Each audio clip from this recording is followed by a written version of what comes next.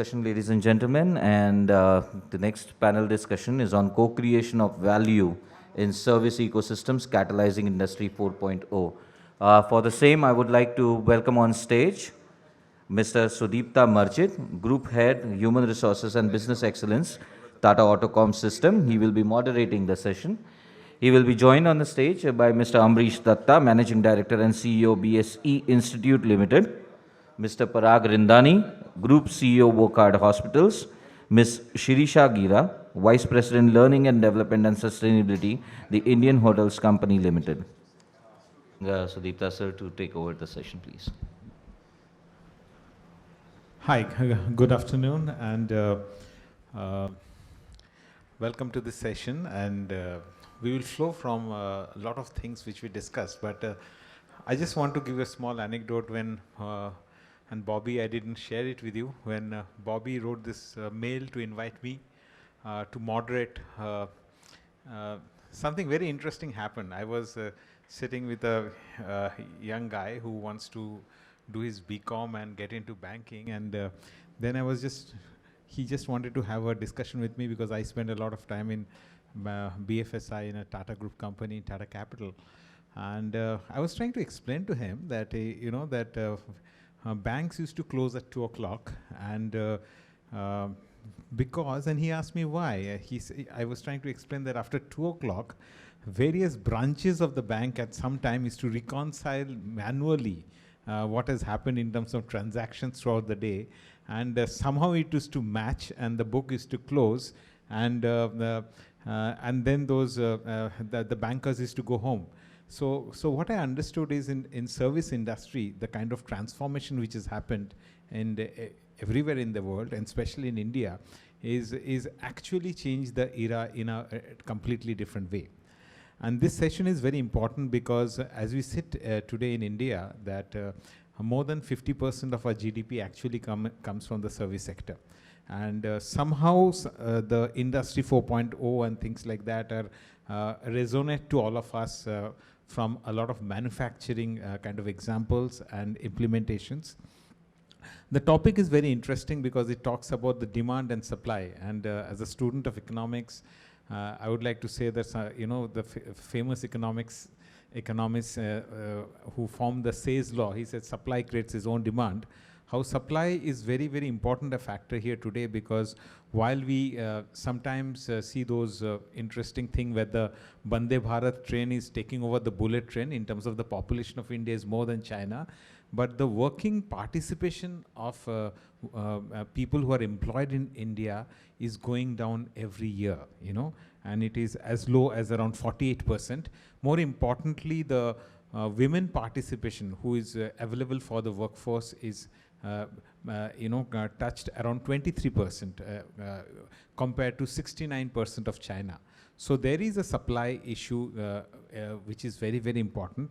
And Mr. Praveer Sinha was talking today about the part of productivity. I mean, so you have a falling participation, a lower productivity, and a huge service sector. Why I would like to focus a lot on the service sector, and you have amazing panelists, is because many of our service sectors is exposed to the global economy much before the China Plus One strategy, So if you look at the IT sector, the BFSI sector, the hospitality sector, they are exposed to international customers who are leveraging their services. So making it technology enabled is much, much more important. So that's the context we have this session, and the way we decided will flow is we will have a short pitch from each of the panelists who come from different service sectors. And I was in the back room where we were discussing amazing anecdotes and amazing examples which will delight all of you. And what we want to do after that is really take up some interesting questions and thoughts from you in the audience, because that's very important for us to further deliberate. So before we go ahead, I would like to introduce the first panelist, Dr. Parag Rindani. Parag is the CEO of Wockhardt Hospitals, where he spent most of his life, and he was, we were sharing, between three of us, that Tata's is known for spending a lifetime, but his lifetime experience in VOCAT is interesting. However, there is a difference and a twist. He also has specialized in management and finance, and it's a deadly combination. Worked extensively in setting up quality management systems in Indian hospitals, and integral part of the NABH and JCI accreditations.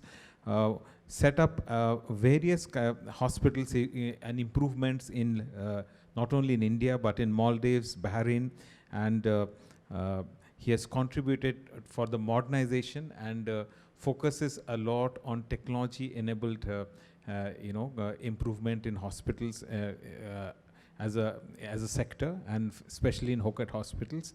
Request Parag to take over, and he has a small deck to take all of us through. Thank you so much.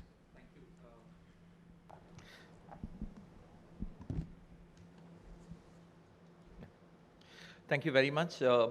I've just put together a few slides because healthcare in service industry, first of all, we'd like to acknowledge the fact that healthcare even today is not recognized as an industry, and therefore we still pay exorbitant bills of electricity and water and many other things, and I hope that CII can take this forward and kind of resolve it. So that's your contribution to policy change number one.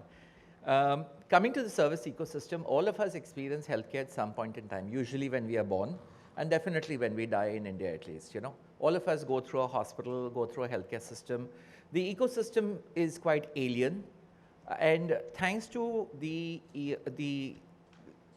system 4.0, that is the entire amalgamation of technology coming in, artificial intelligence, machine learning coming in, and most of all, as we all love to call it, Dr. Google coming in, all of you seem to be pretty much self-styled doctors, surgeons, psychiatrists, and so on and so forth.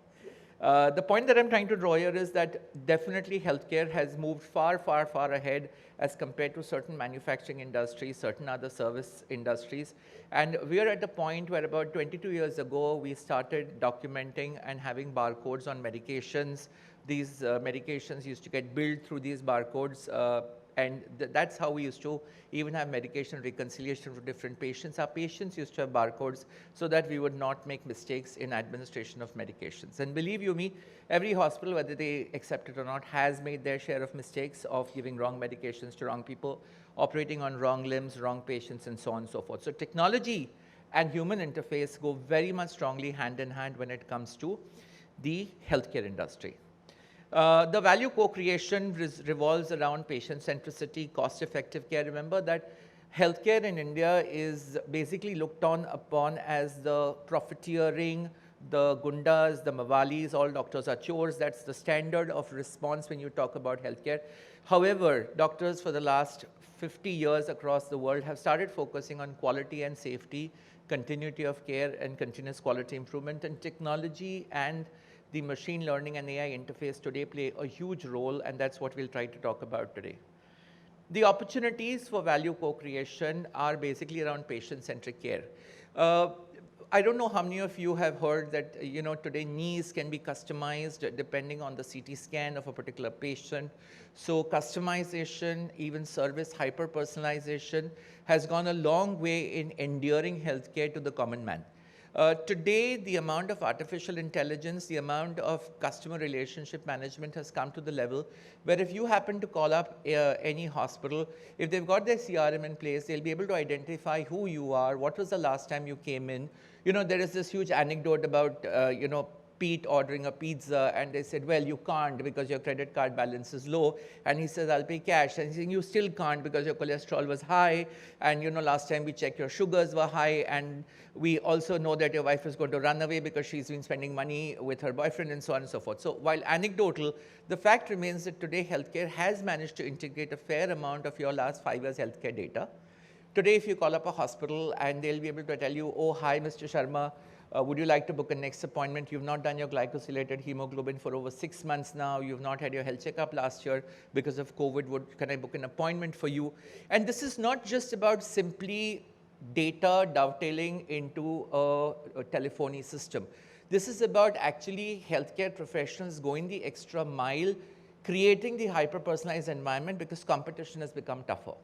And therefore, it makes a lot of sense to work with patients, to work with information technology. There is an entire program in most hospitals today called Patient Engagement Program, or the PEP as we call it. We love to call it that. It means we send out reels to our patients. We identify the cohort of patients who came in for a knee replacement surgery. We track them. We send them reels of the surgeon. We send them types of joints on their WhatsApp. And we basically engage with them so that we don't lose track of them and Apollo doesn't take that patient away from me. You see? So why is this important, and where does the service ecosystem 4.0 come into place? We've realized that there is a possibility of using wearables. About 15 years ago, I remember doing a clinical trial on wearables. We remember that before your smart Apollo, your Apple Watch came in, we realized that we could do, just by putting two leads, we could track your ECGs. We realized that we could do medication monitoring, your sugar monitoring, by putting a continuous glucose patch on your body. So there was a lot of patient-centric care which led to improved quality of care. Healthcare started monitoring its data about 2 decades ago. In the US and UK, about 5 decades ago. India is catching up fast. All of this led to enhanced health outcomes and, most importantly, led to innovation and creativity, along with efficient resource allocation, because as you know, insurance companies, honorable prime ministers, PMJAY, all of it is creating a payer crunch on the amount of money that finally gets doled out to hospitals for a given procedure. The challenges that we have, well, our education system is not caught on. We have a huge problem with communication and engagement with our own staff. There are power dynamics with respect to doctors. They don't want to give in to electronic health records, so there are those challenges. There are challenges of privacy and data security. All of you know about the fact that entire COVID vaccine, not about more than 4 days ago, was put on the dark web. Coordination and integration between various hospitals. So today, if you get, for example, a knee replacement done at Wockhardt Hospital, and you want it shown tomorrow at Fortis Hospital because you went to Delhi for some reason, these documents are still not interoperable. They are not transferable one with the other. So that's something which is, the government has done a great job. They put up the AB card. The card has come up wherein you can register your digital footprint as a person, wherein all your documents will get linked to that. Of course, it will not get linked together, but HL7 compatibility is something that hospitals are pushing for. And finally, evaluation and measurement. We don't know how good we are. In India, we never monitor our data, and therefore we don't know how good we are. So the present is, we do have acute hospitals with its ecosystem, several nursing homes, telemedicine. The South does it better than the West, the East, and the North, but the West is catching on. This has integrated this thing. They have shared goals of continuity of healthcare, and we integrate our resource to look at, finally, most importantly, beneficial outcomes. All of us are interested in outcomes. The insurance company, the doctor, the patient, the caregiver, everybody wants better outcomes. What is the future for us? We want to see more digitally integrated care. We want to see care where a medication is barcoded. There is a rule coming up that each tablet will now be individually barcoded, because as you know, in tier 2 cities, all tablets are sold by the tablet and not by the strip, which creates problems of which is this tablet. You know, I'm sure all of you have this thing, 4 tablet पड़ी है घर पे, लेकिन आपको पता नहीं है ये doxy है या tetra है, you know, so that is a problem. Patient engagement and education is the future. It's already started. At a national level, I think India is now well on its way to create national data. We've always depended on US, UK data. And I think at some stage, whether we like it or not, we've already become a global human resource provider. There are enhanced opportunities through digitization for medical education as well as nursing education. Healthcare has already created, I was listening to the talk on manufacturing about skilling. And healthcare has already created, under the aegis of the Ministry of Human Resources, the Healthcare Skill Sector Council, and that's something which is going a huge way. This basically has interoperability, so you can train at Hinduja Hospital for 6 months as a dialysis technician. If you're registered with the HSSC, your degree or your diploma or your certificate will be recognized in a Chennai hospital, which is not Hinduja.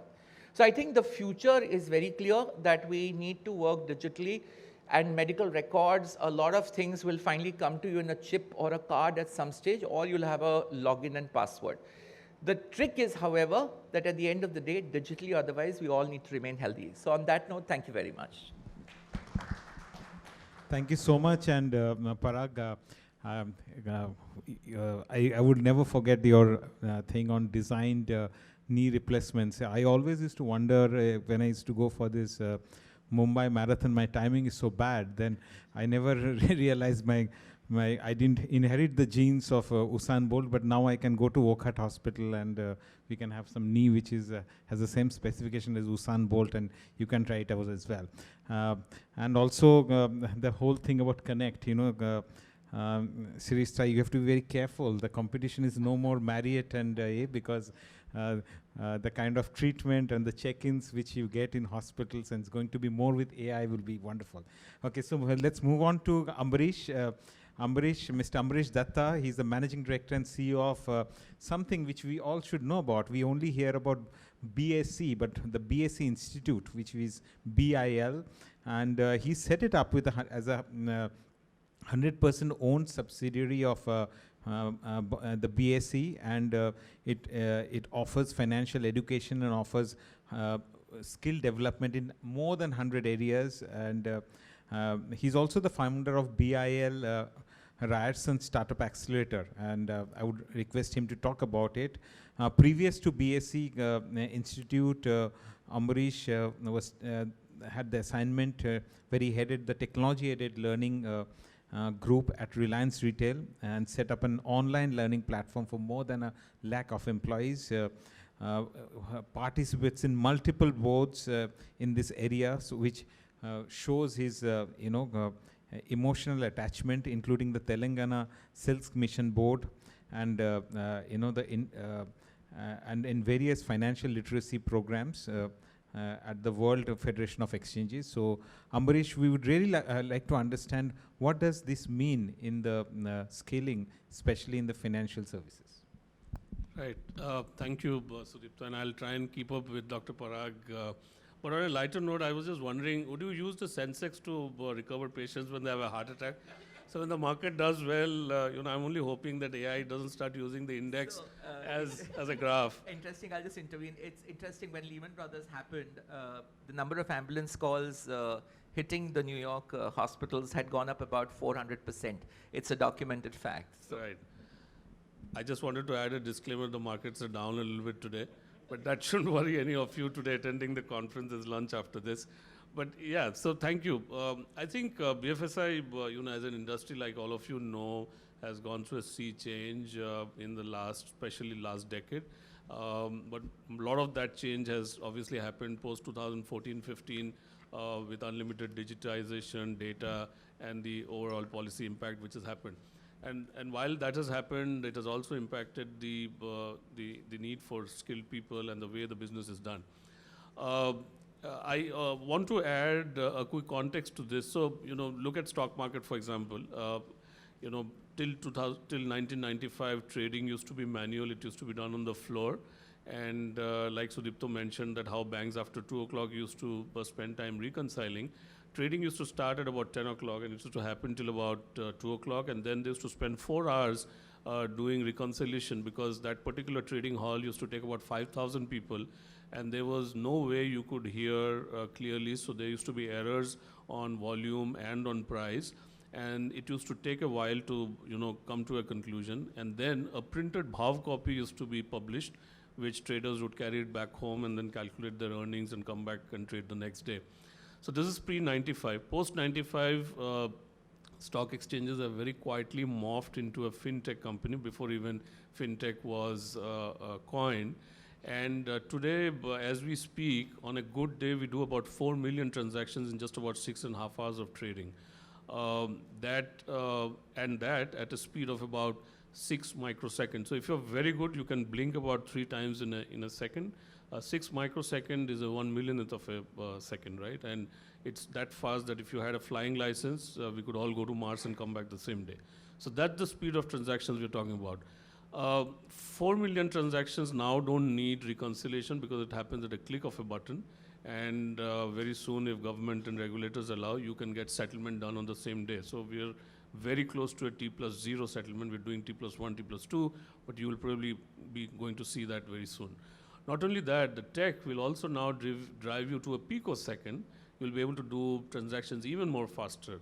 And that's the tech impact that we're seeing in all areas of business. For example, I can more or less bet that all of us who are today attending in this room don't visit our bank branches unless you have a task, let's say, for accessing your locker. you don't probably visit because you can do everything digitally. Now, a lot of the impact of this is obviously how business is shaped up. So entire BFSI industry today in our country employs about 7 to 8 million people. It's expected to go by about 1.5 million. There are obviously going to be some impact on some some jobs because of tech implementation, but at the same time, new net addition of jobs are also going to happen.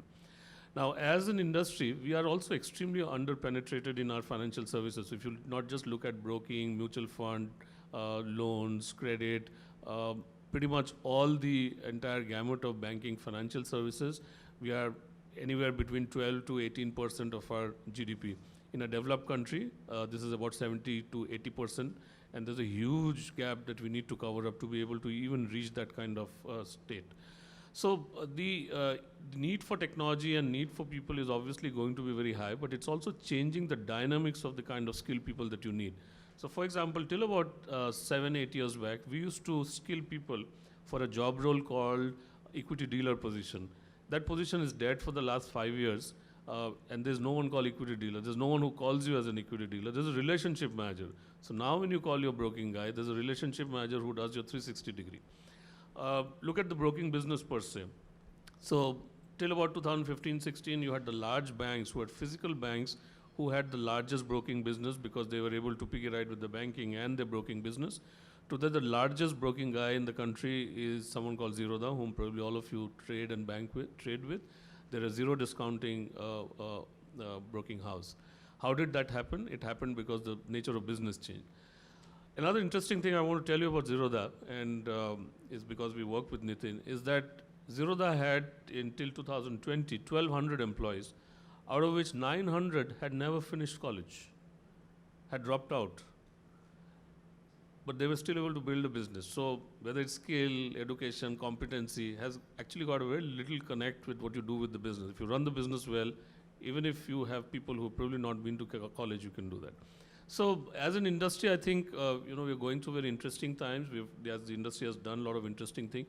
But there are about 3, 4 things I think the industry can do much better. First is the integration between academic and the industry is still very weak. So we hear about apprenticeships in manufacturing companies. Apprenticeships in services is still very low. We've been working very hard. There's a legacy around apprenticeship, but can we make that stronger? So as an industry, can we come together and build apprenticeship a little stronger? The backbone to apprenticeship is actually not the opportunity of giving an apprenticeship. The real objective there is to fix the on-the-job training. So services business have actually not been very good with this OJT piece, and that's why when you hire people, you find them certified but not employable because they don't carry those relevant skills because they've all learned in the classroom and they can't apply it on the floor. So they know how a bank form looks like, but they've never filled it on. So they find it very difficult to do it. So they can do much better on the OJT piece. The third is, I think the way they look at talent needs attention. We've spoken about that earlier as well. So how do we bring best practices? How do we link work-life balance? For example, one of the fact also is that 70% of us very soon have elder care responsibilities, which means that unless you bring flexibility in work timings, work from home and other facilities, you will have a huge number of people dropping out of the labor force participation. So Deepta talked about it, how globally we have a very low percentage of people participating in labor. And how do we fix that? So those are some of the things which probably needs attention. While we have done a lot of work, there's also a huge set of things that we need to do to move up the ladder. Thank you. Thank you so much, Ambarish. This was wonderful insights. A small anecdote. I operate from Pune, so I came yesterday and incidentally was staying in the same hotel, but I reached a bit late. It's around 10 o'clock. Went to check in the hotel, and a young lady understood that I'm from Pune and said, "Sir, it's already 10 o'clock. Why don't you have first dinner? And then we can always do the check-in in your room." That's Tajness, as I call it. And we have Sirisha Ghiara. She's the Vice President and Learning and Development Sustainability, responsible for CSR as well from Indian Hotels. She has more than 20 years of experience across this Indian hotels, across India, USA and Australia. Very passionate about talent development, content creation and the learning and development process. So many of the times which you see a wonderful reception like I received in Taj, the warmth, even when they're working in the most difficult conditions throughout the day, or maybe at 10 o'clock in the night after the end of the shift, is something environment created by leaders like her. Would like to understand how technology is being used to take this forward in Indian hotels. Thank you so much. Thank you, Sudipta. Actually, I'm very happy to be part of this absolutely entertaining panel is what I'd like to say more than anything else. So I'm happy to be able to kind of bring to life how this entire piece on digitization is playing out across the many industries. And if I were to kind of think of hotels, then I think I'd look at 2-3 different things. So first being that, this entire piece that Sudipta mentioned about Tajness. So what a customer or a client experiences on the front end possibly has got very little to do with technology. It's entirely to do with human relations. It's entirely to do with building relationships and connections. So somewhere we need to kind of go back and think of what is really important to us as a society and as a community.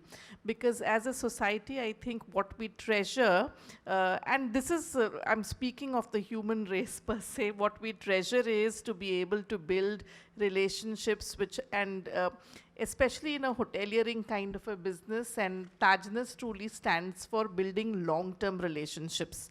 And to be able to build long-term relationships, one of the biggest things is to be able to, the talent to be able to read in between the lines. The talent to be able to understand what has not been articulated by someone who's standing in front of you, has some needs, asks, demands. Many times, Tajness is about meeting needs which have not even been articulated. So somebody's child graduates and you don't expect anybody to celebrate it for you. But if the hotel demonstrates that, partakes in your joy and says, we are very happy your child graduated, so we have a box of sweets for you to take away, that is not an expectation from any customer to have. But when someone is able to read in between the lines and mirror your enthusiasm and excitement, that is a very human core human behavior, which I'm not sure how it can get translated otherwise.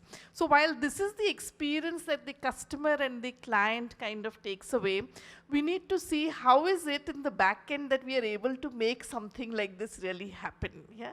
And this is, like many other businesses, there has been a period of transformation. I think in the 90s, we did an outstanding job of something like this to start with. But business has started to scale, and India is one of those countries where hospitality means far more than what it would have meant in Europe. Travelers in India, international travelers in India have great expectations out of what service truly means.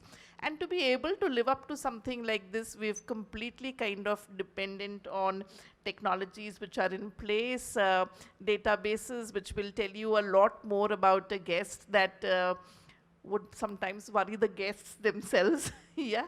So I think from that perspective, understanding our guests, knowing where they really come from, what are the kind of demographics, guests from which parts of the world have what kind of asks, which kind of guests require great internet facilities, to which are the ones who want to know more about the shopping facilities, to where is it that you need a room in the corner, to where is it that you need a room with a window or without a window, to the extent that also whether you should replace white chocolate or dark chocolate in somebody's room. That is the level of data capture that happens, and digitization is able to help customize guest experiences, not only in a hotel, but across portfolio of hotels. So what does this mean? Like I'm drawing from what doctor said, that, you know, sometimes it can be concerning also that, oh my God, you know, where is my sense of privacy? Like I wake up in the morning and people know that she'll either order a Nimbu Pani or she'll order a Nariyal Pani. Yeah? So do you want to be that predictable, and do you want, and every time somebody on the other side of the phone is going to nudge you, what would you like to have? You feel like I'm bound to these particular conditions and situations, and I might not have other liberties. But yes, while both aspects exist, digitization plays a huge role in how we are able to kind of extend the Indian hospitality of Atithi Devo Bhava to all our guests who actually come into the country. Two is that while I lead learning and development, it bothers us about how is it that we are actually preparing our workforce to be able to use this amalgamated skill and effort which is associated with feeling and emotion, and combine it with the digital data that is actually available at your disposal. Many times I see that there is so much information available, people don't know how to use it. Yeah? Much of the data that is available is very rarely actually put into play. So we need to help the workforce also understand how to leverage the information which can actually come into play because of digitization which is in place. I'm only speaking of information, it is many other things, but do we have, and the entire scenario is evolving very fast, very quickly. So are we on top of things in terms of putting the right kind of systems and processes in place and skilling our workforce to be able to kind of leverage this advantage to the maximum? That is one of the things that we need to kind of think of. While the skill sector, we have a lot of skills, etc., which are being, like Sir spoke about, you know, on the job. But what do we really train our people on the job to be able to do? I still feel that on the job training today is still very motor skill related stuff. Are we really looking at some kind of higher level skills? Are we looking at analytical skills? Are we looking at decision making skills? Are we preparing our workforce from that perspective? I think those are the kind of questions we really need to ask. Yeah, thank you. Wonderful. And I think the first question I would like to ask, and any one of you can take, but it is completely intrigued by what Ambarish and Shirisha, you were speaking, that you know, it's very easy to say that, you know, I'm not getting ready-made students from the colleges, especially for the service sector. And at the same time, you highlighted a very important thing of on-the-job training. But when you are a consumer, you don't you will not have that little patience of, hey, he's on the job, so there may be a little delay in when my food is served. Or if someone comes to your house for a financial services transaction and says, by the way, I'm on the job, he says, "Nahi, boss ko bulao, nahi to I will not disclose anything." And same, I don't have the guts to talk about the operation theater. So I just wanted to say that, how do you think this can be co-created with technology, AR, VR, or is there any, do you see a direction coming in on-the-job training with technology enablement in services sector, which is so important a point, which is so anyone or all of you can talk, because this is very interesting a topic. Yeah, so you know, we've been talking about OJT and on-the-job training for quite some time, and sadly, as it happens, the services sector didn't have a framework to really adopt to. Though the Chela Guru Shishya model has been around, the Ustad model has been around for a while, they were specifically ring-fenced for a few jobs and trades. Having said that, organizations which are extremely structured also don't have a framework to bring these kind of fluid, on-the-job training, you know, resources in. And it took a while to do it, and I don't think, you know, we have still been able to master how to do it. Add to it now with a layer of data privacy. For example, a bank, you know, you can get trainees to help customers, but then do you give them access to your core banking system? Can they get access? Now, these are challenges which are on the field. But the real issue is that, you know, is actually beyond this OJT. The real issue is that when a student is exiting from a academic institution, he actually has no clue about the real job. So he has been trained in a classroom. He doesn't get to see. He doesn't get to talk. He doesn't get to meet people, and he has his own image of how one job is. For example, we train people for becoming financial market expert, and every time when I go and ask them what their goal and a vision is, most of them want to be on television, become a financial advisor, and become an advisor talking about markets every day. Okay, so like someone spoke about in the earlier session, they want to write strategy. The financial market, everyone wants to become a Govindraj on day one. Now, they don't realize it takes 25 years of effort to finally do that. Having said that, we also have some of our students who now speak on television who had never even cleared our internal exams. Okay, so when you hear these advices, take it with a pinch of salt, because the same stock which has a buy advice can also have a sell advice, and you can have multiple opinions on the same stock and still be correct. So the real challenge is lack of that expectation. So one of the things which probably needs to be done is that as industry we need to go back to academia and expose them to the real job environment to them much clearly. That's the first thing needs to be done, so that there's an expectation correction. The second, of course, is to create job roles which are micro in sense, but also allows them to bring fluid resources, allow them to work for over 8-10 weeks and move them out as they come in. That plug and play needs to happen. The third is, I think the services business still don't understand the gig eco as yet. The gig economy is actually a subset of all of this, where people work for a while, move out, then take another job, then move in, then move out again and move in again. And these are some learnings which needs to be adopted before we can actually create something which is more structured. So I like the take on the fact that you wouldn't want to relate this to the operation theatre. But believe you me, every hospital has at least 2 to 3 newbies in the operation theatre as well. And this happens on a regular basis, and there's no way you can do without this.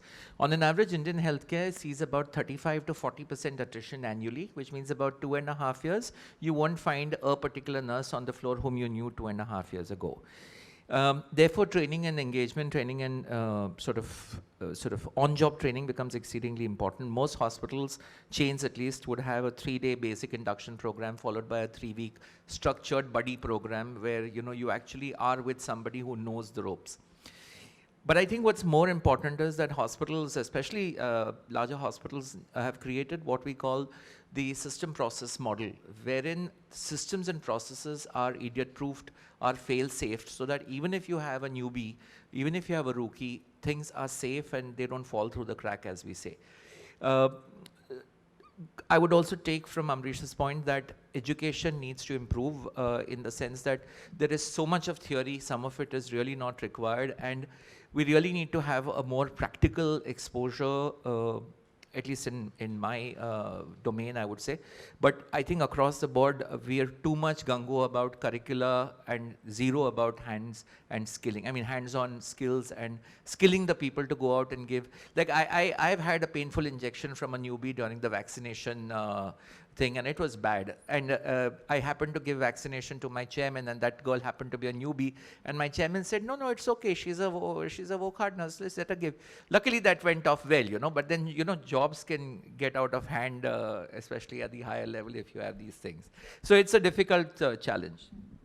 So one thing quickly I wanted to mention about this education piece is that I think that needs to get democratized. Yeah, we are still following very Jurassic Park kind of setups when it comes to education, and we need to look at going beyond degrees and diplomas and certificates. I think to be successful in the space of AI and Internet of Things and all of this, it doesn't require that educational qualification per se. What it requires is that understanding. I think very soon all of this technology is going to become a little bit like, do you know how to code? Yeah, that is something which is taught in schools today, and that is what we really need to do with this kind of technology space. We can't tie it down in bureaucracy that so many seats in so many colleges kind of thing. It has to be something that the Coursera's, the edX's, and the LinkedIn Learnings is going to kind of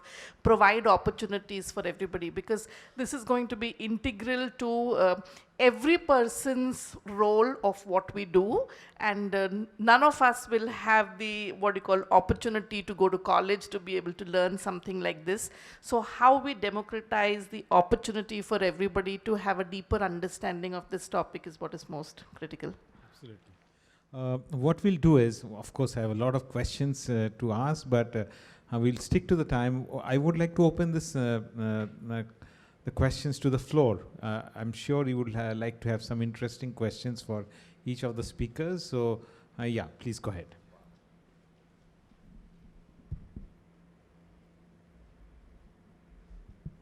Yes, my question on taking insight of my thought about co-creation value in service ecosystem. As we see about the medical tourism, it's a really opportunity for India to grow, and hospitality, honesty, and challenge about I want to connect first session and this session. How we can bridging the gap.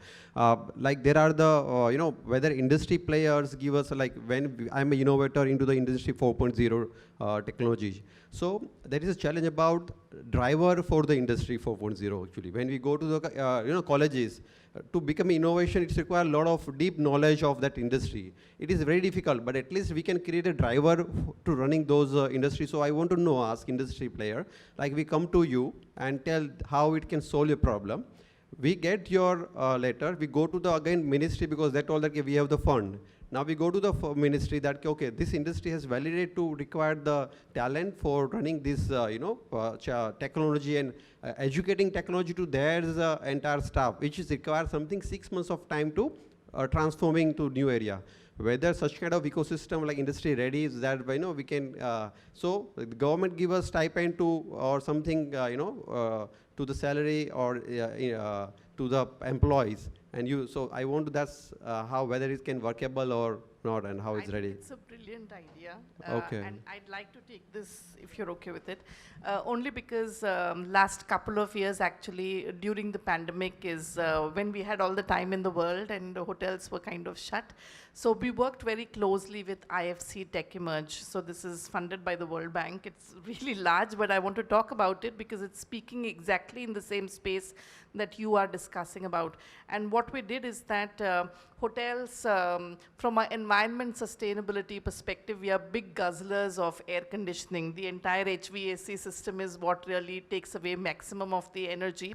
And we said that this is our opportunity to go back and see if we can bring some innovative technology in place.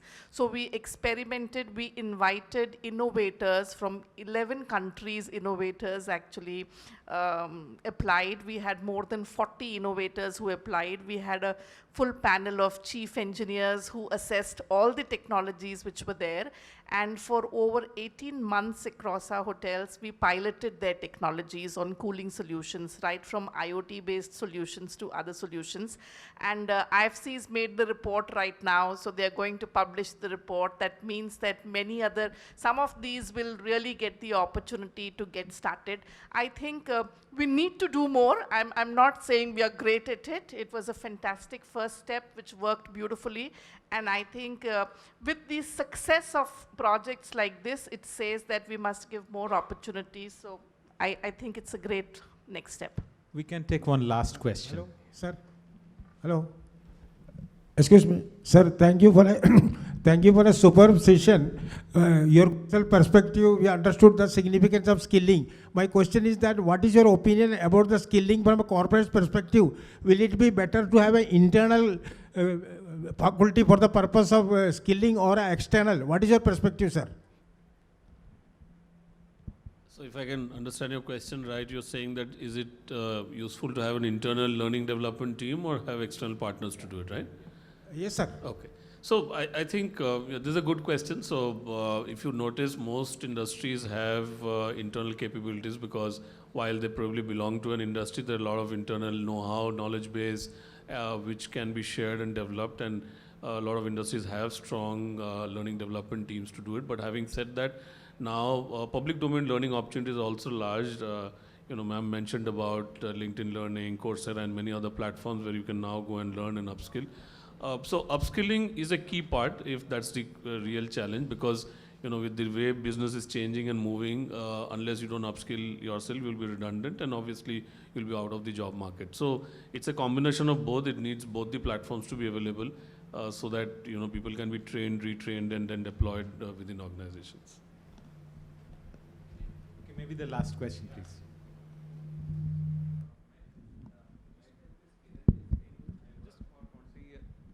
I work for 20 years with the industries. I was ex-Alstom vice president. I audited more than 100 plus Fortune 500 company. So that is regarding to, process improvement and workforce industries 4. There is a big gap basically, but today what I feel कि हम बड़ी-बड़ी बातें करते हैं, लेकिन जो ground reality है उसको हम छोड़ देते हैं इस तरह के फोरम में. मेरा सवाल है पराग जी से. सर, हम जब वर्कफोर्स बिल्डिंग की बात करते हैं तो आज मेडिकल्स में आफ्टर एमबीबीएस 2 चांसेस होते हैं. मतलब बेसिकली आप एमएस करो, एमडी करो और डीएनबी करो. डीएनबी में आज के दिन में बच्चे डीएनबी पास आउट होते हैं 3 साल के बाद. 10%, 15% उनकी पासिंग रेशियो है और उनको हाथ लगाने नहीं दिया जाता है. मेरा बेटा जस्ट अभी पास आउट होके निकला है. उसको मैंने सैन हॉस्पिटल के एचओडी के पास भेजा because he is able to get a course in CTVS, cardiothoracic vascular. उनका कहना है कि इवन एमडी के बाद एमएस करने के बाद भी, सुपर स्पेशलिटी के 3 साल के बाद भी मैं वो डॉक्टरों को हाथ नहीं लगाने देता. How you expect this people can be grow in such A environment and how is such a critical thing. मुझे ये नहीं समझ में आ रहा है कि यहाँ पे मिनिस्टर आके के मैंने इसके बारे में लिखा भी, लोग यहाँ पे बातें करके जाते हैं बट ग्राउंड रियलिटी एब्सोल्युटली वेनिस है, कुछ भी नहीं है वहाँ पे. जी, I will answer your question.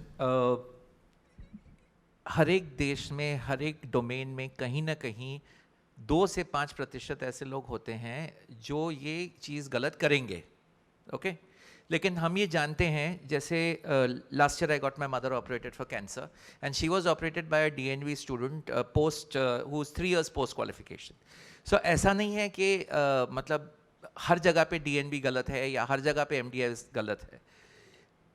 Every specialty will have teachers who are excellent, who are brilliant, and every specialty will have teachers who are not so great. And that is why we talk about skilling. My entire focus therefore in healthcare always is to look for doctors who have skills rather than from where they qualified. You may have qualified from All India Institute. Kindly let me complete my answer, sir. You may have qualified from All India Institute of Medical Sciences, but you may not have that skill. Which is why when we employ people, we look at logbooks, we look at references, we look at the way they worked post qualification also. Yes, there is a gap. I'm acknowledging there is a gap. But whether we sit here and talk about it or we go out and correct it, the fact remains that finally karna hami ko hai. I am a big proponent of quality and one of my favorite qualities has always been W. Edwards Deming. And Deming ke bahut अच्छे शब्द हैं. He's saying that all mistakes belong to the system and the system belongs to management. हम ही ने ये system बनाया है, हम ही ने सुधारा है, बिगाड़ा है और हम ही को सुधारना पड़ेगा. The fact remains that in this country, in the medical education field, we are still bound by certain, as ma'am said, certain decadent policies where certain ratios have to be maintained. इतना square foot जगह होना चाहिए, which is why the DNB program came up for private institutions. So it's improving, sir. But I agree with you, there is definitely a gap, sir. Thank you. Just hold on. We'll You can take discuss it it over offline. lunch, sir. Please take it offline. I think we really overshoot time and there's a session after that. So thank you so much to Amrish, Parag and Shrestha. I just want to quickly summarize that, I think 4 points which you brought about in is how technology can bring in personalization, the whole piece of education and skilling, amalgamation of skills, which is wonderful. Should we use technology to bring in hybrid working? Because if we have to retain the talent, and of course gig working. So I think it's wonderful talking with all of you, and the other questions you can, I think I had eager hands all over, so you can take it over the lunch break. Thank you so much. Thank you, Sudipta sir, for that very interesting panel. And may I call upon Mr. Bobby Kuriakose to felicitate our panelists and the moderator. So, Mr. Amrish Datta, Managing Director and CEO, BSE Institute Limited. Thank you very much for being here and sharing your thoughts.